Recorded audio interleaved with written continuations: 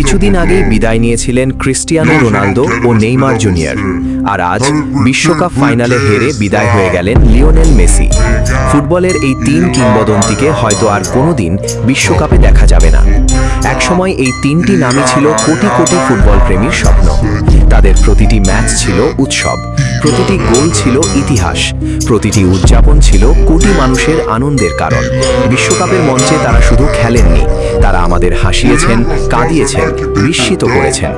কত রাত জেগে তাদের খেলা দেখেছি, কত গোলের পর আনন্দে চিৎকার করেছি, কত হারের পর নীরবে কেঁদেছি।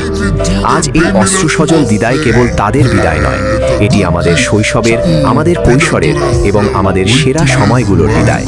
ধন্যবাদ মেসি, ধন্যবাদ নেইমার, ধন্যবাদ রোনালদো। তোমরা ছিলে, তোমরা আছো এবং তোমরা থাকবে প্রতিটি ফুটবল প্রেমীর হৃদয়ে। ভিডিওটি ভালো লাগলে চ্যানেলটি এক্ষুনি সাবস্ক্রাইব করে দিন। ধন্যবাদ সবাই।